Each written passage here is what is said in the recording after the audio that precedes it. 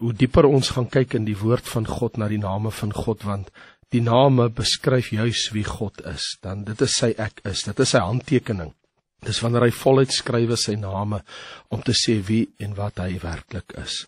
En die Here onse God is 'n groot God, hy is die almagtige, hy is die algenoegsame, ja, hy is die allerhoogste, hy is die ewige, hy is die El Shaddai, hy is die Elyon, hy is die El Olam, hy is Elohim, die sterk een, die groot een, die hoogste een, die regeerder, hy is die regter, hy is die Here van lewende en dode, die koning van die konings, en die Here van die Here. Ja, sy seun is die woord van God, hy is die seun van God, God die seun, maar hy is ook die seun van die mens, en ons gaan sommer net nou begin kyk na die Here Jesus Christus as die seun van die mens. Tans op hierdie program, fokus op die woord, kyk ons na die name van God. Ons het reeds die afgelope paar weke gekyk na die naam Elohim, wat 'n meervouds naamwoord is, die drie eenheid van God, die Vader, die Seun en die Heilige Gees. Drie persoonlikhede, een godheid, een wese, maar vind uitdrukking in drie persone, en dan die mens wat God geskaap het. Tot ons gekyk na die engel van die Here. Ons weet uit die verskynings van Christus in die Ou Testament dat dit dui op sy voorvleeswording, of soos dit ook bekend staan, in sy pre-eksistensie. In ander woorde, ons weet hy is van ewigheid af God. Hy het op 'n dag die seun van die mens geword. God is nie gebore nie, God is van ewigheid af. Die mens is geskape, en daarna natuurlik ook gebore, maar wat die Here Jesus betref, hy is van ewigheid tot ewigheid, en soos daar ook staan in Hebreërs 13, gister, vandag en tot in ewigheid dieselfde. Maar daar was 'n dag, daar was 'n oomblik, daar was 'n moment, wat Jesus gebore is as mens. Dit is toe God vlees aangeneem het. Daar staan ons in Johannes 1 vers 14, en die woord het vlees geword, en het onder ons kom woon. So ek gaan nou vandag met jou gesels oor Jesus Christus, die seun van die mens, en ek gaan sommer heel eers jou aandag vestig hier op die woord van die Here in Daniël, hoofstuk 7, en ons gaan saam lees in Daniël 7, vanaf vers 9 tot en met vers 14. Nou hier staan geskrywe, en ek het bly kyk, totdat trone reggesit is, en 'n oue van daar gaan sit het. Sy kleed was wit soos sneeu, en die hare van sy hoof so skoon wol. Sy troon was vuurvlamme, die wiele daarvan 'n brandende vuur, 'n stroom van vuur het gevloei en voor hom uitgegaan, 1000 maal duisende het hom gedien, en 10.000 maal 10.000 het voor hom gestaan. Die gereg het gaan sit, en die boeke is geopen. Ek het toe bly kyk vanweë die stem van die groot woorde, wat die horing gespreek het. En ek het bly kyk totdat die dier gedood, en sy liggaam vernietig, en aan die verbranding deur vuur oorgegee is. Ook aan die ander diere is hulle heerskappy ontneem, en verlenging van die lewe is aan hulle gegee, tot op tyd en uur. En ek het gesien in die naggesigte, en kyk, met die wolke van die hemel, het een gekom soos die seun van 'n mens. En hy het gekom tot by die oue van daar, en hulle het hom nader gebring voor hom, en aan hom is gegee heerskappy en eer en koningskap, en al die volke en nasies en tale het hom vereer. Sy heerskappy is 'n ewige heerskappy, wat nie sal vergaan nie, en sy koninkryk een wat nie vernietig sal word nie. Nou hier sien ons die seun van die mens in sy ryk, wanneer Daniël in die gesig wat hy gehad het, skrywe van die oue van daar, die hemelse sitting, die oordeel wat kom, en dan die een wat gekom het soos die seun van 'n mens, wat hulle gebring het voor die oue van daar, die Ancient of Days, en hulle het hom nader gebring voor hom, en aan hierdie een, die seun van die mens, is gegee heerskappy en koningskap, en sy koninkryk is een wat in ewigheid nie vernietig sal word nie. Hierdie seun van die mens is niemand anders as ons Here Jesus Christus, soos wat hy ook gedurig deur na homself verwys het. Wanneer hy byvoorbeeld sê in Matteus 8 vers 20, en Jesus sê vir hom, die jakkals het gate en die voëls van die hemel neste, maar die seun van die mens het geen plek waar hy sy hoof kan neerlê nie. En hier verwys Jesus na homself, toe hierdie persoon sê, ek sal u volg waar u ook al gaan, toe sê Jesus vir hom, hoe weet jy, waar sal ek môre wees? En dan in Matteus 26 vers 64, antwoord Jesus vir Kajafas die hoofpriester, net voor sy kruisiging, en hy sê vir hom, u het dit gesê, maar ek sê vir u almal, van nou af sal u die seun van die mens sien sit aan die regterhand van die krag van God en kom op die wolke van die hemel. So hier is 'n baie duidelike uitlating van die Here Jesus. Hy sal gaan sit as die seun van die mens aan die regterhand van die Here God in die hoogste hemele. En soos wat ons ook lees in Lukas 21 vers 27, en dan sal die seun van die mens kom in 'n wolk met groot krag en heerlikheid. En hieruit kan u en ek dus baie duidelik sien dat Jesus Christus hierdie benaming deurgangs vir homself gebruik het as selfaanduiding. Want ons vind hierdie woord, hierdie beskrywing, seun van die mens, ten minste 80 keer dat Jesus na homself verwys as die seun van die mens. In die evangelie van Matteus alleen word die selfaanduiding 30 maal gebruik. En Jesus het hierdie benaming ontleen aan Daniël 7 vers 13, soos wat ons net nou gelees het, toe bring hulle een soos die seun van 'n mens voor die oue van dae. En Jesus het graag hierdie titel gebruik, uit die beskrywing van homself, hierdie selfaanduiding, en hy het dit gedoen, ja, as 'n bedekte aanduiding van sy messiaskap, want daar was gesê dat die seun van die mens sal koning wees en sy koningskap ontvang.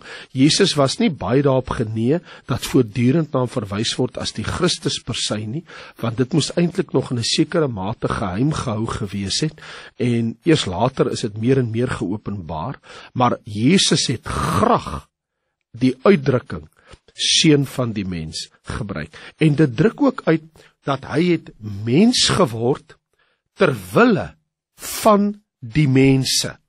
'n noukeurige beskouing van Markus 2, dis nou vers 10, 11 en 12, sal dit ook aandui, maar dat julle kan weet, dat die seun van die mens mag het, om op die aarde sondes te vergewe, sê hy vir die verlamde man, ek sê vir jou, staan op, neem jou bed op, en gaan na jou huis toe, en dadelik staan hy op, neem sy bed op, en gaan voor almal uit. En hulle was verbaas en het God verheerlik en sê, so iets het ons nog nooit gesien nie. Nou, die titel, seun van die mens, spreek van Jesus se godheid sowel as sy mensheid. Want in Daniël 7 word hier in 'n besliste messiaanse konteks na die seun van die mens verwys, maar hierdie benaming seun van die mens het Jesus graag gebruik wanneer hy van sy lyding gespreek het. So in die Oud-testamentiese konteks was dit gebruik in sy koningskap. Jesus het egter iets nuuts daarbey gevoeg, wat Daniël nie gesien het, wanneer hy voortdurend die term gebruik het, hierdie beskrywing gebruik het, hierdie selfbenaming gebruik het, selfaanduiding as jy wil, om te praat van wanneer die seun van die mens sal deur die mense verwerp word. Die seun van die mens sal gekruisig word, maar op die 3de dag sal die seun van die mens opstaan, en hulle sal die seun van die mens bespot en geesel. En so het Jesus voortdurend verwys na sy lyding as seun van die mens, want as die seun van die mens het hy gekom as die een om te dien en ook te ly vir die mens. Die seun van die mens, sê Jesus dan ook by 'n ander plek, het gekom om sy lewe te gee as losprys vir baie. En as seun van die mens sal hy ook eendag aan die regterhand van God verskyn, wanneer hy in sy heerlikheid terugkom om sy koninkryk op die aarde te vestig. En dit is die twee tekste wat ons net nog gesien het in Matteus 26 en in Lukas 21, toe hy gesê het, ek sê vir almal, van nou af sal u die seun van die mens aan die regterhand van die krag van God sien kom op die wolke van die hemel, en in Lukas met groot krag en heerlikheid. Nou op die vraag, waarom Jesus Christus as die seun van die mens moes verskyn het, moet die volgende in gedagte gehou word. Jesus Christus het as seun van die mens verskyn, sodat hy wettig versoening vir die sondes van die mens kon bewerkstellig. Want hy kon dit alleenlik gedoen het, deur mensheid ten volle aan te neem. Jesus het nie die natuur van engele aangeneem nie, wel die van mense, van sy broers, want so staan dit baie duidelik in Hebreërs 2 vers 17. Daarom moes hy, Christus, in alle opsigte aan sy broeders gelyk word, sodat hy 'n barmhartige en getroue hoëpriester kon wees in die dinge wat met betrekking tot God staan, om die sondes van die volk te versoen. So hier kom dit baie duidelik uit, dat Jesus moes mensheid aangeneem het, sodat hy as seun van die mens, vir die mens, versoening kon doen. In ander woorde, hy het gesterf as seun van die mens. En ja, as u 'n noukeurige studie doen van Hebreërs 2, en u sou lees in die totale konteks van Hebreërs 2, dan verwys ek nou spesifiek van vers 6 tot vers 16, dan word het vir ons pragtig uitgebeeld, wanneer die skrywer van die boek Hebreërs so die mensheid van Christus beskryf. Maar iemand het ergens getuig en gesê, wat is die mens dat u aan hom dink? Of die mens se kind dat u hom besoek? U het hom 'n weinig minder as die engele gemaak. Met heerlikheid en eer het u hom gekroon, en hom oor die werke van u hande aangestel. Alle dinge het u onder sy voete gestel, want in die onderwerping van alle dinge aan hom, het hy niks uitgesonder, wat aan hom nie onderworpe is nie.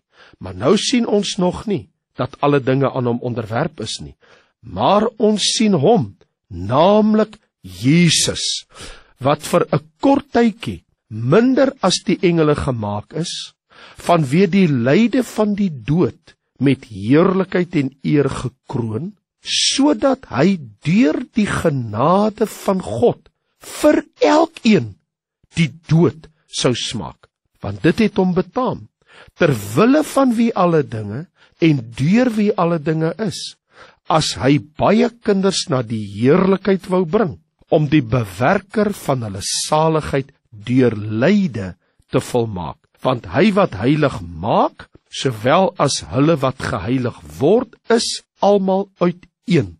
Om hierdie rede skaam hy, dis Christus, hom nie, om hulle broers te noem nie, wanneer hy sê, ek sal u naam aan my broeders verkondig.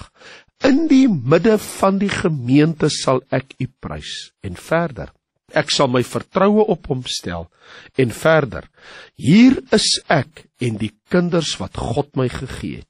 Aangesien die kinders dan vlees en bloed deelagtig is, het hy, Christus, dit ook op dieselfde manier deelagtig geword, sodat hy deur die dood hom tot niet kon maak wat mag oor die dood het, dit is die duiwel, en almal kon bevry, wat hulle hele lewe lang uit vrees vir die dood aan slawerny onderworpe was. En voorts in Hebreërs 5 vers 8 en 9, hy al was hy die seun, het gehoorsaamheid geleer uit wat hy gelei het.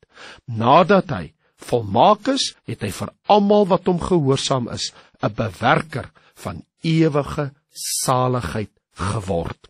Wat ons hier sien, is die ewige woord van God, God die seun van God, het vlees geword, die seun van die mens geword.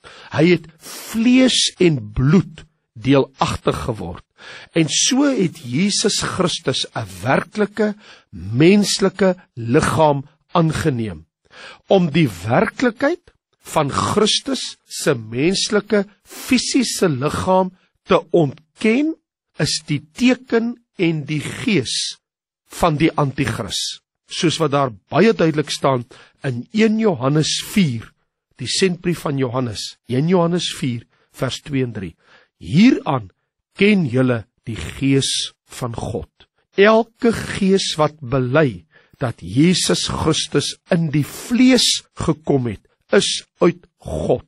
En elke gees wat nie bely dat Jesus Christus in die vlees gekom het nie, is nie uit God nie. En dit is die gees van die anti-kris, waarvan julle gehoor het dat hy kom, en hy is nou al in die wêreld. Sy gees is al in die wêreld. En hier het ons baie duidelik dat Jesus Christus het vlees geword. Hy het mensheid aangeneem. So, dit is presies wat vir ons verduidelik word in Filippense 2, wanneer die Bybel vir ons leer, dat hy het mens geword, hy het nie aan die godheid vasgehou, en nie daarvan wou afstand doen, maar op 'n baie besondere wyse word vir ons baie mooi verduidelik in Filippense 2. Voor ek daar kom, wil ek hê dat u moet verstaan, wanneer ons sê dat Christus het mens geword, dan raak dit nie die voorbestaan van Christus, want in werklikheid, in die aard van Christus se voorbestaan, kom ons let, en laat ek dit nou vir u so verduidelik, kom ons let op sy voorbestaan, dan op die aard van sy voorbestaan, en dan op die aard van sy vleeswording. Ons gaan dit in die 3 hanteer. Kom ons praat eers oor Christus se voorbestaan. Dat Christus 'n voorbestaan gehad het, is gewis en seker duidelik. Ek blaai hierso na Johannes hoofstuk 8, waar Jesus in vers 24 verklaar, hy sê vir hulle, ek het dan vir julle gesê dat julle in julle sonde sal sterwe, want as julle nie glo dat dit ek is nie, sal julle in julle sonde sterwe. Wat glo? Vers 58. Jesus sê vir hulle, voorwaar ek sê vir julle, voordat Abraham was, is ek. En dit was aan 'n aanleiding toe hulle vir hom gesê het, u is nog nie 50 jaar oud nie, en hoe kan u sê het Abraham gesien? Want Jesus het mos vir hulle gesê, dat Abraham julle vader het hom verheug dat hy my dag sou sien. Dit is nou in Johannes 8:56. Jesus sê, Abraham was verheug toe hy Christus gesien het. Nou sê die Jode vir hom, maar u is nog nie eens 50 jaar oud nie. Het u Abraham gesien? En Jesus sê, voorwaar ek sê vir julle, voordat Abraham was, is ek. En hierdeur, toe natuurlik onmiddellik tel hulle klip op om Jesus te stenig, want deur daardie woord dat Jesus te kenne gegee, hy is die ek is. Hy is Jahwe, hy is die Here God. En dieselfde gebeur in Johannes 17, wanneer Jesus sê, en nou Vader, verheerlik my by u self met die heerlikheid wat ek by u gehad het, voordat die wêreld was. Hoor jy wat sê hy? Verheerlik my by u self met die heerlikheid wat ek by u gehad het, voordat die wêreld was. En dit sluit aan by vers 24. Vader, ek wil dat waar ek is, hulle wat u my gee, ook saam met my sal wees, sodat hulle my heerlikheid kan aanskou wat u my gegee het, omdat u my liefgehad het voor die grondlegging van die wêreld. En die apostels natuurlik, hulle het dit geleer. Want Johannes skryf ons, in die begin was die woord, en die woord was by God, en die woord was God, en in vers 14 van Johannes 1, en die woord het vlees geword, en het onder ons gewoon, en ons het sy heerlikheid aanskou, soos van die eregeborene, wat van die Vader kom, vol van genade en waarheid. Nou dit sluit natuurlik aan by Filippense 2 vers 6. Hy wat in die gestalte van God was, het dit geen roof geag om aan God gelyk te wees nie, maar hy het homself ontledig deur die gestalte van 'n diensknegt aan te neem, en aan die mense gelyk geword, en in gedaante gevind as 'n mens, het hy homself verneder deur gehoorsaam te word, tot die dood toe, ja, die dood van die kruis. So Jesus het mens geword, sodat hy vir ons as mens aan die kruis kon sterwe. Hierso in Hebreërs 1, sien ek in vers 2, wat hy as erfgenaam van die wêreld aangestel het, deur wie hy ook die wêreld gemaak het. So die Bybel is hier baie duidelik. Christus in sy voorbestaan, in sy pre-eksistensie. Maar dan, in die aard van Christus se voorbestaan, is daar 2 dinge om te sê. In verhouding tot God, is Christus die eniggeborene. En u moet baie mooi let op hierdie woord, eniggeborene.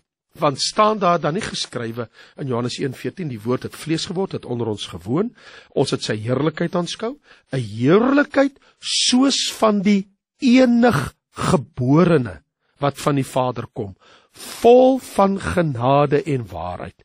Niemand het God ooit gesien nie, die eniggebore seun wat in die boesem van die Vader is, die het hom verklaar. So as eniggeborene in hierdie sin, is Jesus Christus die enigste seun, en beklee hy 'n unieke plek in die Vader hart, want hy is die eniggebore seun. So in verhouding tot God die Vader, is Jesus die eniggeborene. Maar in verhouding tot die skepping is Christus die eersgeborene, soos ons sien in Romeine 8 en in Kolossense 1.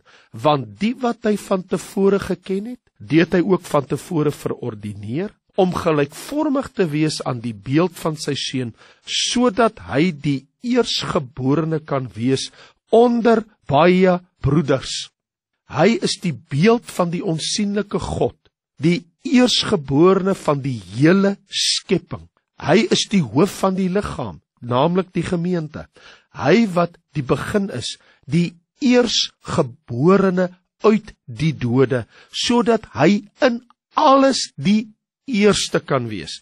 So wanneer die Bybel die term gebruik eersgeborene, word dit verwys dat Christus as die eersgeborene is eerste in die familie, die rang, die eer, die gesag uit die dode. Hy is in alles eerste. Dis soos in Openbaring 1:17, ek is die eerste en die laaste, die alfa en die omega. Let wel, die Bybel sê nie, hy is die eersgeskapene nie. Want as Jesus Christus geskape was, dan beteken dit vir daai rede dat hy is deel van die skepping en hy kon nie voorheen bestaan het. En dis nie wat die Bybel sê nie. Die Bybel sê eersgeborene, bedoelende hy is voor alles.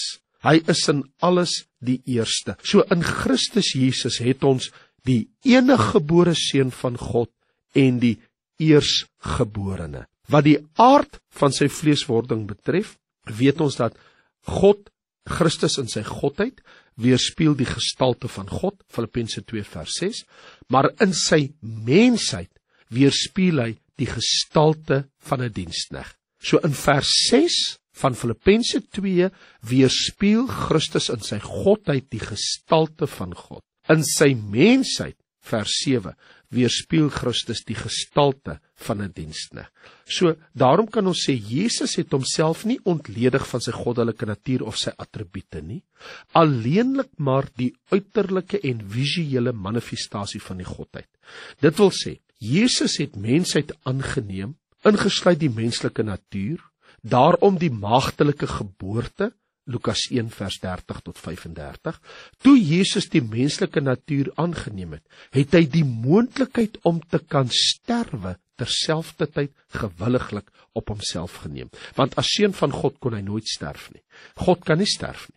Maar as seun van die mens, nou dat hy vlees en bloed soos u en ek aangeneem het, kan hy sterf. Anders sou hy nooit aan die kruis kon sterf, om vir u en my die prys te betaal met sy sondelose bloed. Dit is tog duidelik uit die skrifte, dat Christus op homself die mensheid aangeneem het, met al die beperkings en lyding wat daarmee saamgaan.